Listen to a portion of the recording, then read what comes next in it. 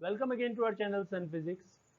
आज हम करने वाले हैं NCERT problems on EMI, that is electromagnetic induction का पार्ट 3। इससे पहले के दो पार्ट में हमने न्यूमेरिकल्स कवर किए हैं, और अगर आपने वो वीडियोस नहीं देखे हैं तो उनके लिंक, उन दोनों वीडियोस के लिंक इसके डिस्क्रिप्शन बॉक्स में आपको मिल जाएंगे। वहाँ जाके आप वो वीडियो भी कवर कर लें ताकि आपके सारे एनसीईआरटी के जो न्यूमेरिकल्स हैं वो कवर हो जाएं। तो जहाँ तक हमने किया था, देखिए क्वेश्चन नंबर 13, 12 तक हम कर चुके हैं। It is desired to measure the magnitude of field between the pole of a powerful loudspeaker magnet.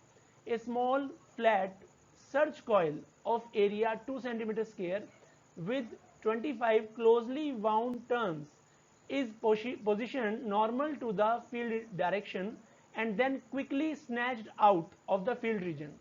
Equivalently, one can give a quick 90-degree turn to bring its plane parallel to the field direction. The total charge flown in the coil, as measured by the ballistic galvanometer connected to coil, is 7.5 millicoulomb. The combined resistance of coil and the galvanometer is 0.50 ohm. Estimate the field strength. सबसे पहले समझिए question में हो क्या रहा है। आपको magnetic field निकालना है between the pole of a powerful loudspeaker magnet, और उन मैग्नेट के नॉर्थ और साउथ पोल के बीच में एक कॉयल जिसका एरिया 2 सेंटीमीटर स्क्वायर है और 25 टर्न्स हैं, उसको रखा जाता है normal to the field direction, और फिर एकदम से उसको बाहर निकाल लिया जाता है। या हम ये मान सकते हैं कि इक्वलेंटली जो कॉयल है उसको एकदम से 90 डिग्री का टर्न दे दिया जाता है। तो उससे क्या होता है, कॉयल में चार्ज फ्लो होता है, और कितना होता है, 7.5 मिली कुलाम का। और जो कंबाइंड रेजिस्टेंस है कॉयल और गैल्वेनोमीटर का वो 0.50 है। आपको मैग्नेटिक फील्ड की स्ट्रेंथ बतानी है। देखिए ये मैग्नेट है जो लाउड स्पीकर के हैं, इसका नॉर्थ पोल साउथ पोल ये आपको रिप्रेजेंट किया गया है। इसके बीच में ये मैग्नेटिक फील्ड लाइंस हैं, और इस तरह से सपोज कॉयल है। दो केस बताएं, या तो इसको बाहर निकाल लें ऐसे, या फिर दूसरा केस है कि इसको टर्न कर दें ऐसे। दोनों ही केस में फ्लक्स चेंज होगा जिसकी वजह से एकदम से करंट आएगा, चार्ज फ्लो होगा इसमें, और वो चार्ज कितना है, 7.5 मिली कुलाम। अब देखिए हमें पता है area of the small flat search coil 2 centimetre square, इसको मीटर स्क्वायर में कन्वर्ट करते हैं, that is 2 into 10⁻⁻⁴ metre square. Number of turns on the coil that is n, 25 है। Total charge flowing in the coil वो 7.5 मिली कुलाम है, इसको कुलाम में बदल लेते हैं, 7.5 into 10⁻³ coulomb. Total resistance coil का और गैल्वेनोमीटर का मिला के R is equal to 0.50 ohm है। Induce current in the coil वो हमें पता है, फॉर्मूला होता है I is equal to E by R. E यहाँ इंड्यूस्ड ईएमएफ है और R रेजिस्टेंस, इसको हम इक्वेशन नंबर 1 मान लेते हैं। Induced EMF is given as E is equal to minus N D phi by D T, ये फॉर्मूला हमें पता है, इसको इक्वेशन नंबर 2 कंसिडर कर लेते हैं, where D phi is what, change in flux. अब कंबाइनिंग इक्वेशन 1 एंड 2, जो E की वैल्यू है वो हम इक्वेशन नंबर 2 से 1 में रख देते हैं, ये हमारे पास रिजल्ट आ जाता है I is equal to minus N D phi by D t by R. यहां से आई डी टी आ जाएगा minus N by R d phi. This is equation number 3। Initially flux through the coil phi i that is B A, जहां B है magnetic field strength. Final flux कितना हो जाएगा, 0, क्योंकि उसे फील्ड से निकाल लिया जाता है, या फिर निकाला भी ना जाए उसको टर्न कर दिया जाता है तो फ्लक्स 0 हो जाता है, क्योंकि फाई जो है वो 90, फाई जो है वो 0 हो जाता है, कॉस थीटा 0 होने की वजह से थीटा 90 हो जाता है।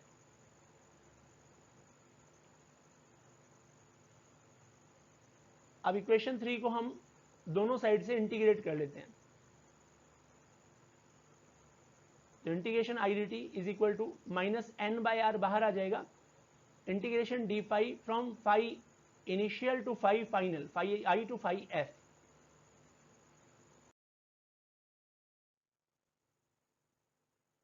लेकिन हमें पता है integration identity total charge Q होता है, तो लेफ्ट में हम Q रख लेते हैं, Q is equal to minus N by R, और इंटीग्रेट करने पे आएगा फाई एफ माइनस फाई आई।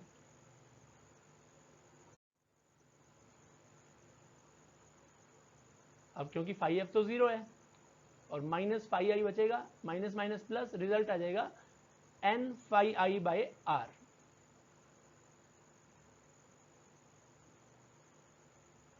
या फिर फाई की वैल्यू बी ए है तो N B A by R, यहां से बी आ जाएगा Q R by N A. आपके पास क्यू भी है, आर भी है, एन भी है, ए भी है, वैल्यूज पुट कर देते हैं। क्यू था 7.5 इंटू 10⁻³ आर 0.5 एन 25 और ए था 2 इंटू 10⁻⁻⁴।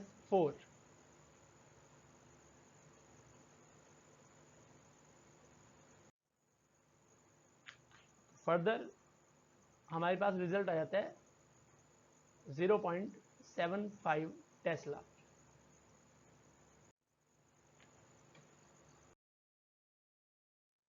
नेक्स्ट क्वेश्चन देखिए, question number 14। Figure below shows a metal road PQ resting on a smooth rail AB and position between the pole of permanent magnet. The rails, the rod and the magnetic field are three mutually perpendicular direction. A galvanometer G connects the rail through switch key. Length of rod is 15 centimeter, B 0.5 Tesla, and resistance of the closed loop containing the rod is 9 milli ohm. Assume the field to be uniform. सबसे पहले ये आप diagram को समझिए। PQ एक road है जो rail A और B के ऊपर मूव कर सकती है, और ये जो रेल्स हैं इनको कनेक्ट किया गया है मैग्नेट के बीच में। ये आपको मैग्नेट नजर आ रहा है, ये इसका फील्ड ऊपर से नीचे की तरफ north to south field lines होती हैं, और इस तरह से ये सर्किट कनेक्ट है थ्रू गैल्वेनोमीटर। ये एक की है जिसे हम स्विच भी बोल सकते हैं, की भी बोल सकते हैं। रॉड की लेंथ आपको गिवन है, फील्ड की स्ट्रेंथ B 0.5 टेस्ला है, और जो रेजिस्टेंस ऑफ क्लोज लूप है जिसमें रोड है वो 9 मिली ओम है। अब हमें करना क्या है, suppose K is open and the rod is moved with the speed of 12 centimeter per second in the direction shown. Give the polarity and magnitude of induced EMF. अगर इस रोड को इस तरह से मूव कराया जाए, देखिए ये सर्किट आपके पास है, क्या कर रहे हैं, इस रोड को इस डायरेक्शन में मूव करा रहे हैं, तो क्या होगा, इसमें जो EMF इंड्यूस होगा उसका मैग्नीट्यूड भी बताना है और उसकी पोलैरिटी भी बतानी है। तो सबसे पहले ये ध्यान दीजिए, ये एक कंडक्टर है जो मैग्नेटिक फील्ड में मूव कर रहा है, तो इसमें जो इंड्यूस्ड ईएमएफ प्रोड्यूस होगा वो फ्लेमिंग राइट हैंड रूल के हिसाब से प्रोड्यूस होगा। फ्लेमिंग राइट हैंड रूल क्या होता है, अगर आपको याद हो तो, ये आपका राइट हैंड है, इसमें अगर जो थंब है वो मोशन की डायरेक्शन में हो, फर्स्ट फिंगर मैग्नेटिक फील्ड की डायरेक्शन में हो, तो ये जो मिडिल फिंगर आपको नजर आ रही है ये इंड्यूस करंट को शो करेगी। अब इसके हिसाब से मैग्नेटिक फील्ड हो गया नीचे की तरफ, मोशन हो गई इस तरफ, ठीक है, और करंट जो आ जाएगा वो Q से P की तरफ आएगा। आप अपने हाथ से इसको यूज करके देख सकते हैं, जो इंड्यूस करंट आएगा वो Q से P की तरफ आएगा। अब जब करंट Q से P की तरफ जाएगा तो इलेक्ट्रॉन जो है वो P से Q की तरफ आएंगे, और इलेक्ट्रॉन जब P से Q की तरफ आएंगे तो P जो है वो पॉजिटिव हो जाएगा और Q नेगेटिव हो जाएगा। देखिए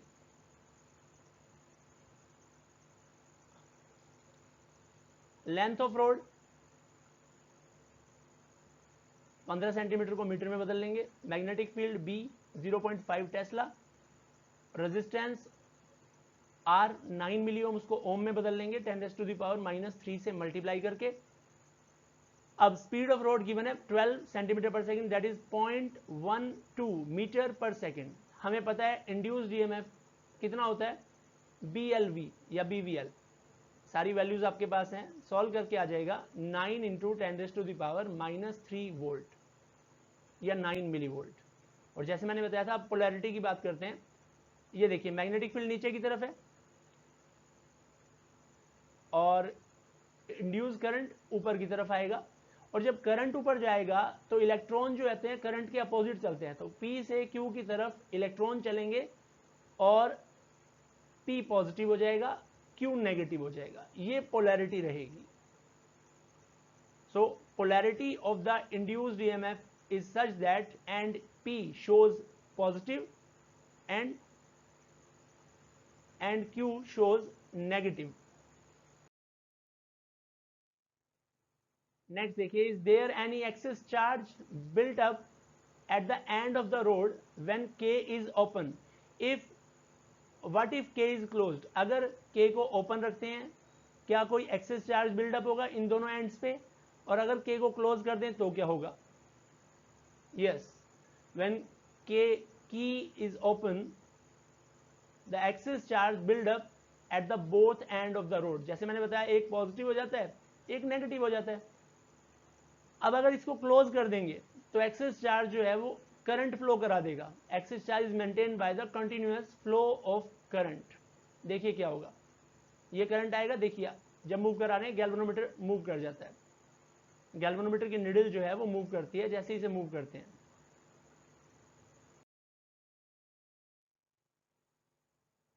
With K open and the rod moving uniformly, there is no net force on electron in the rod PQ, even though they do experience magnetic force due to the motion of the rod. Explain. आपको बताना है, अगर K को open रखें और road को uniformly move कराते रहें तो हम ये देखते हैं कि इलेक्ट्रॉन्स पे कोई नेट फोर्स वर्क नहीं करता, जबकि इलेक्ट्रॉन्स पे मैग्नेटिक फोर्स तो लगना चाहिए, क्योंकि वो मोशन ऑफ रोड में क्या हो रहा है, इलेक्ट्रॉन मूव कर रहे हैं। और जब कोई चार्ज पार्टिकल मैग्नेटिक फील्ड में मूव करता है तो उस पर मैग्नेटिक फोर्स तो लगता ही है, लेकिन इस केस में क्या होता है, इलेक्ट्रॉन्स पे कोई नेट फोर्स नहीं लगता। ऐसा क्यों है?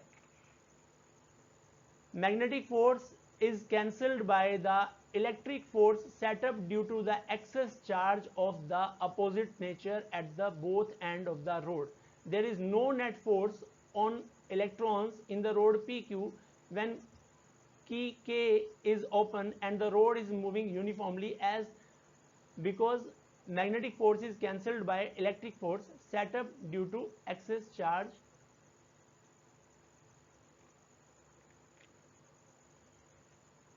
देखिए क्या हो रहा है,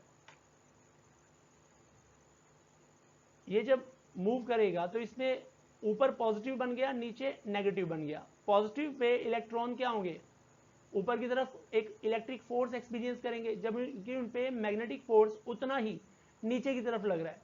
अब दोनों फोर्स इक्वल और अपोजिट, कौन कौन से दो फोर्स, एक इलेक्ट्रिक फोर्स और एक मैग्नेटिक, दोनों फोर्स इक्वल और अपोजिट इलेक्ट्रॉन्स पे लगते हैं, इसीलिए उन पे नेट फोर्स जो है वो जीरो हो जाता है।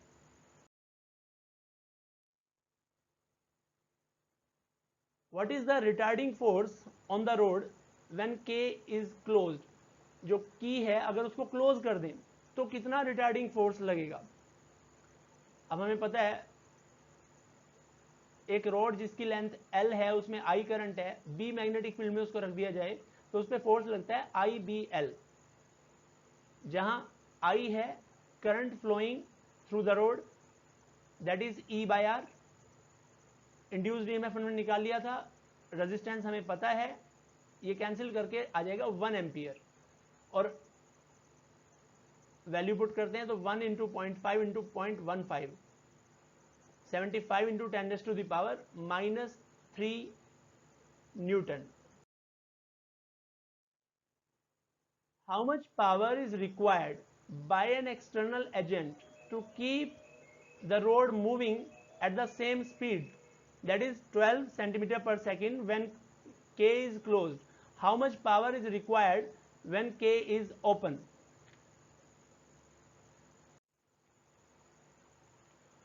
देखिए, स्पीड ऑफ रोड गिवन है 12 सेंटीमीटर पर सेकेंड, इसको कर लेते हैं मीटर पर सेकेंड में, दैट इज 0.12 मीटर पर सेकेंड। अब पावर हमें पता है, फॉर्मूला क्या होता है, फोर्स इंटू वेलोसिटी। फोर्स हम निकाल चुके हैं, वेलोसिटी ये मल्टीप्लाई कर देते हैं तो 75 इंटू 10⁻³ इंटू 0.12 ये आ जाएगा 9 इंटू 10⁻³ वॉट या फिर 9 मिली वॉट ये पावर कंज्यूम होगा. Next, how much power is dissipated as heat in the closed circuit, what is the source of this power. अब हीट की फॉर्म में कितनी पावर डिसिपेट होगी और ये पावर कहां से आएगी, यानी कि इसका सोर्स क्या होगा. Power dissipated as heat that is I square R. I आपके पास है, आर आपके पास है, ये भी 9 मिलीवाट आएगा. और आपको याद होगा मैंने डेरिवेशन में भी बताया था वो जो भी पावर कंज्यूम होती है वो सारी हीट की फॉर्म में डिसिपेट होती है. तो पावर डिसिपेटेड हो या पावर कंज्यूम हो रिजल्ट सेम आएगा. और source of this power is an external agent. जिस एक्सटर्नल एजेंट की वजह से वो रोड मूव कर रही है उसी की वजह से पावर आ रही है और वही पावर डिसिपेट कर रहा है. Next, what is the induced EMF in the moving road if the magnetic field is parallel to the rail instead of being perpendicular. यहां पे क्या होगा, फ्लक्स कोई होगा ही नहीं, फ्लक्स नहीं होगा तो EMF इंड्यूस नहीं होगा. So in this case no EMF is induced in the coil because the motion of the road does not cut across the field lines. जब भी क्या होगा, कोई रोड मैग्नेटिक फील्ड लाइन को कट करती हुई जाएगी तब उसके अक्रॉस ईएमएफ इंड्यूस होगा. अब अगर उसके पैरेलल चल रही है तो कोई ईएमएफ इंड्यूस नहीं होगा क्योंकि जो फ्लक्स में चेंज है वो जीरो है.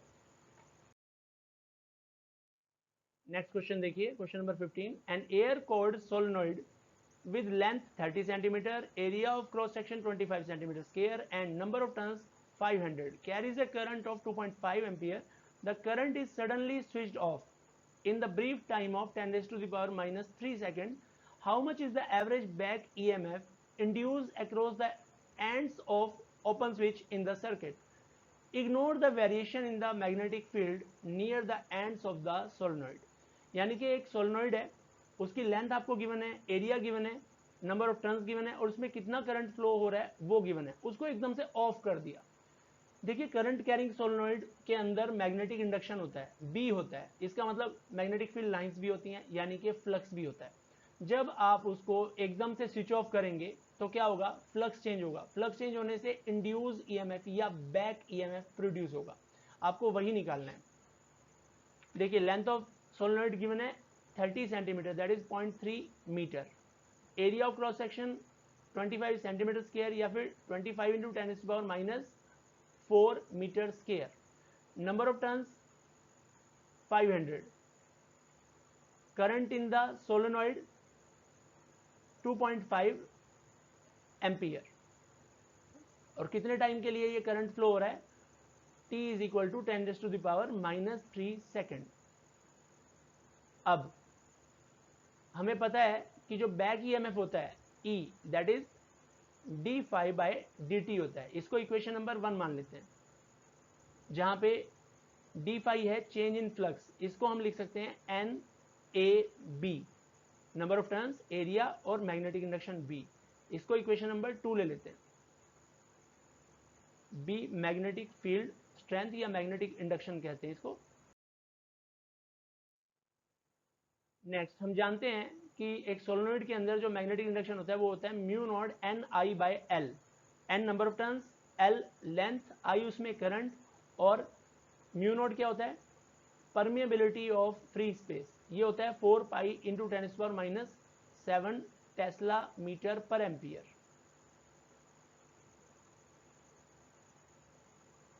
अब 2 और 3 इक्वेशन को यूज करते हैं. यूजिंग 2 and 3 in 1 सारी वैल्यूज हम यहां से इसमें रख देते हैं और फाइनली जो ईएमएफ आता है हमारे पास वो आएगा 6.5 वोल्ट इस सारे को सॉल्व करके.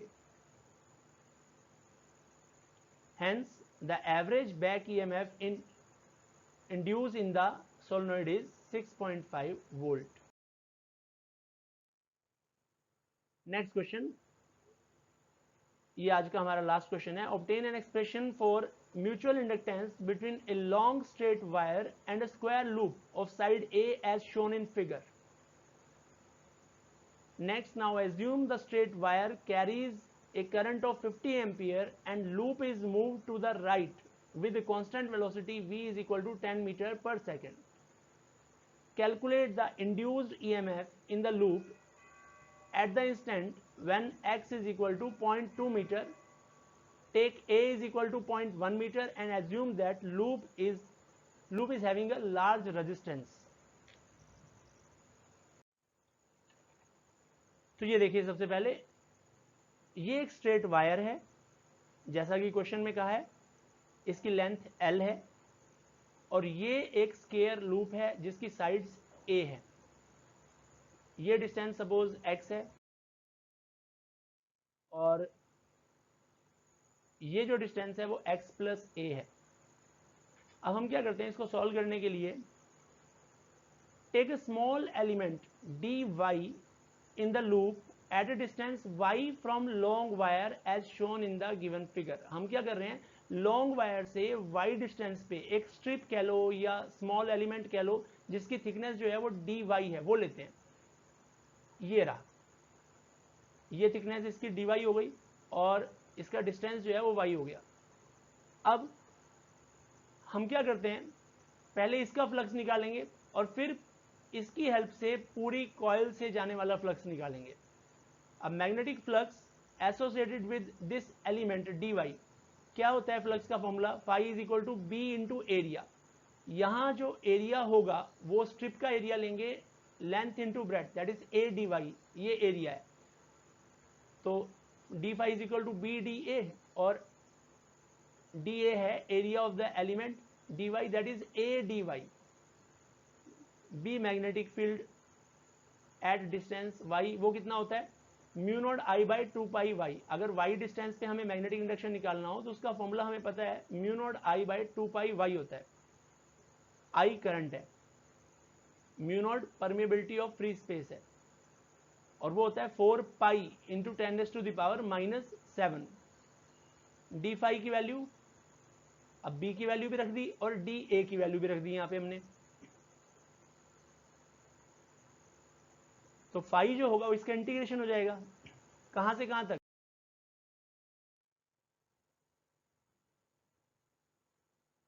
y tends from x to a plus x. तो इसमें लिमिट लगा देते हैं x से लेके a प्लस एक्स तक.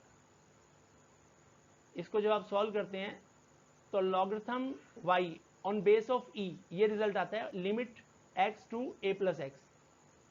फर्दर लिमिट लगाते हैं इस पे, हमारे पास रिजल्ट आ जाता है phi is equal to mu naught I A by 2 pi log of A plus X by X on base ई.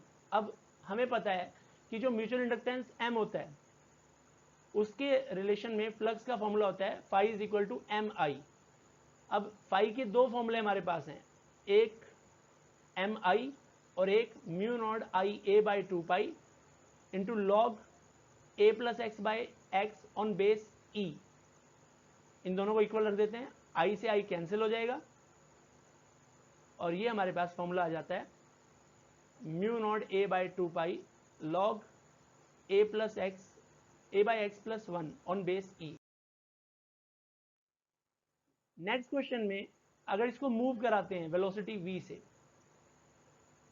तो करंट गिवन है 50 एम्पियर, पोजीशन गिवन है जिस पोजीशन पे आपको फाइंड आउट करना है 0.2 मीटर, ए दे रखा है 0.1 metre, velocity 10 metre per second. तो ईएमएफ जो इंड्यूस होगा उस लूप के अंदर that is B a v. बी की वैल्यू क्योंकि वेरी कर रही है उससे हमने इंटीग्रेशन करके निकाला है mu naught I by 2 pi x a into v. ये सारी वैल्यूज हमारे पास हैं, इनको इसमें रख के रिजल्ट आ जाता है 5 इंटू 10⁻⁻5 वोल्ट. Thank you. अगर आपको ये वीडियो अच्छा लगा हो तो लाइक, शेयर और सब्सक्राइब करें और बेल आइकन को प्रेस करना ना भूलें.